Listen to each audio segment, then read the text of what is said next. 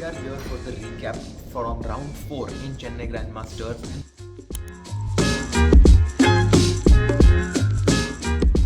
Today was a very exciting day because Nihal was playing against Arjun in the 4th round, and the leader of the tournament, Arjun lost today, and Nihal took the lead, and we are going to break down this game for you. So let's take a look and take it from the beginning, as Nihal was playing with the white pieces, and as we've seen Nihal, he's really playing some funky openings in this tournament. He started with knight f3. So far it's normal. Knight f6, and now he played b3. We have seen Nihal use this opening quite a lot in his blitz games. Arjun went c5 because obviously in the opening part of the game you want to control as many central squares as possible. White played bishop b2. Black played knight to c6.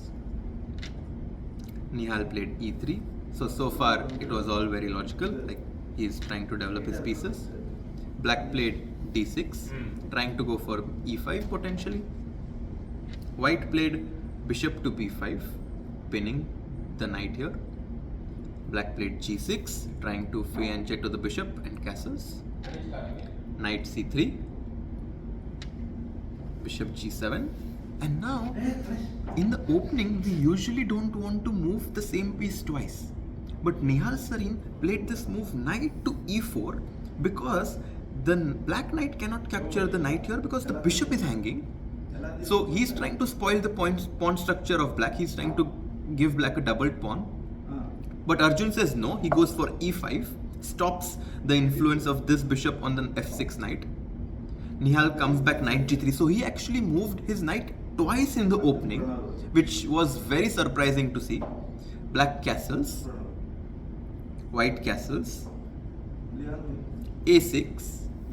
Nihal comes back with his bishop to e2. So if you think about it, after the opening, white went with his bishop to b5, comes back to e2, brings his knight from c3, e4 to g3, and it feels as if, black is in complete control. Black played e4 here, hitting this knight. The knight came back to e1. Arjun kept on putting pressure on white. He played this move pawn to h5. We've seen this concept trying to attack the knight on g3. White played c4, trying to control the d5 square, h4, and Nihal played this move knight to h1. This was the position that they reached from the opening. For me, I thought that black is completely in control and he should potentially be a favorite to win the game. But let's take a small break and see how the game progressed in the middle game, because I'm super curious myself to understand how Nihal managed to outwit Arjun from this position. And this was another critical position in the middle game, and in this position Arjun played the move knight f to g4, which allowed white to jump from his bishop from f3 to d5, because now the knight no longer controls this d5 square. Instead, Arjun should have tried to go for rook b8 and tried to play b5, maybe even bishop b7, trying to challenge this bishop, try to get some counterplay in the position. Arjun played this move knight to g4. Nihal took his chance to improve his pieces. Also notice, his knights on e1 are now on much better squares. Now Nihal played this move bishop d5, trying to have some ideas connected with knight g6 because this is pinned. Arjun played king h7. And now Nihal understood that you want to improve all of your pieces in the middle game, trying to involve his queen into the game. He found this idea of going queen to e2.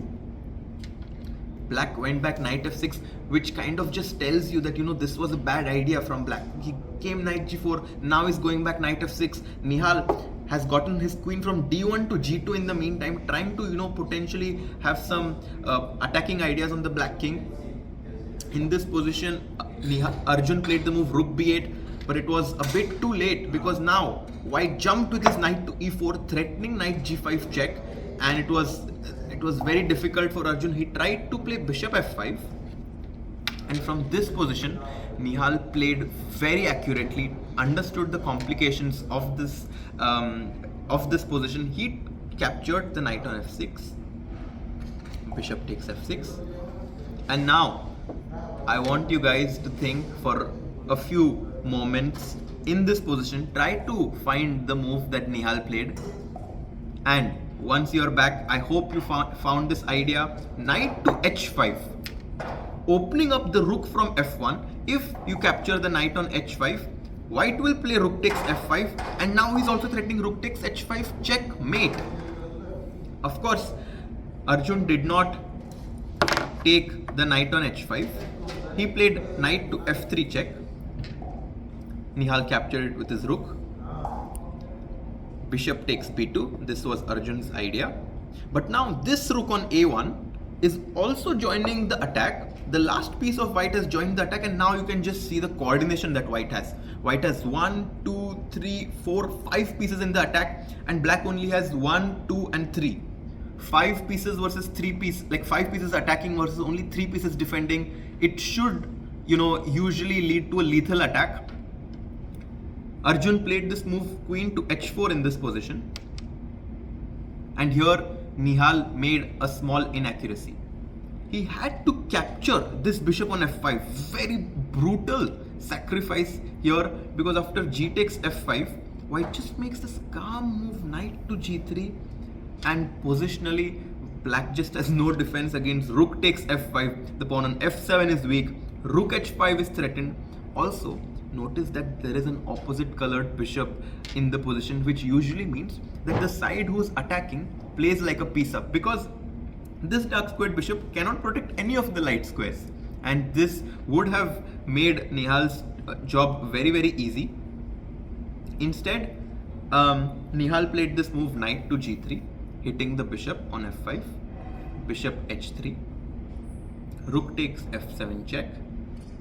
And in the interview, Nihal said that he had originally missed this move bishop to g7 from black, but because you have so many pieces in your attack, usually tactics flow in the direction of the player with developed pieces, and here he has this fantastic idea, knight f5, hitting the black queen. I mean, so many things are hanging. I mean, let's try to understand this position, because my queen is hanging. Of course, let's take it from the first step. If you take my knight on f5, queen takes g7 is mate. Okay, so we understood that one. If you capture my rook on f7, Nihal said that he has this beautiful tactic prepared. Can you find it? It's the beautiful queen sacrifice. Queen takes g6 check. If king takes g6, white will capture the queen with a check. The king has to move, and then the white rook will capture the rook on f7, being completely winning. Okay, so we understood this. Let's try to go back to the position.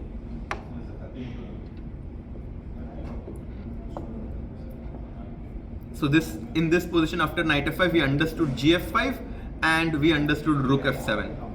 So Arjun tried to play bishop takes queen. Here Nihal first, of course, intermediate moves. So he first gave a check. King goes back to h8, only move. And now he captured the black queen on h4. Arjun took bishop takes f1. And Nihal played rook takes g6. So after that complex middle game, we have now reached this end game where if you see black is up on exchange, black has 2 rooks. But in compensation, white has a knight and 2 pawns. And also the d6 pawn is falling. So this was, us trying to break down the middle game. Let's now move on to the most important position in the end game from this game. And after that crazy middle game battle, it simplified into this end game.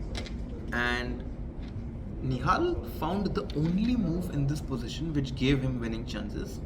Not at all an easy move, but in less than 1 minute, Nihal was able to find this move, which just goes to show the level at which both these players were playing. Arjun was defending really well.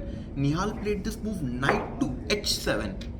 Incredible idea, because now if black captures the pawn on h5, knight f6 check, oopsie, it's a fork to the king and the rook. And Arjun found the only move to have drawing chances, which was rook to c4. And in this position, Nihal had to play knight to f6 check, and bring his knight back to e4, block this rook on c4 and push the h pawn. Instead, Nihal played knight f8 check. This was a mistake, but it's very hard to understand why. Practically, it feels like it should be winning for white. Arjun played king e8. And here, Nihal played king to d3. A very tricky move, especially with very little time on the clock. Arjun here made a huge blunder. He took the pawn on c5. And now, after d7 check, no matter what black plays, if he goes king d8, knight e6 check, forks the rook. If he goes king e7, then white makes a new queen. You take, knight e6 check, white captures the rook on c5 and bring his knight back to g3, completely winning, and here Arjun resigned. So, the only defense for Arjun in this position was, after king d3, to come back rook c1 and not capture this pawn on c5, which was poisonous. Even after this, the defense was quite challenging, but this was the first, this was the best move that Arjun had to play. He captured the pawn on c5 and Arjun went on to win this game. Big win for Nihal, and for sure this is going to be a very painful loss for Arjun, especially because he was leading the tournament. But it's 5 more rounds to go. Very excited to see how Arjun comes back, because I'm sure he will. And also to see how Nihal does after he gets this momentum.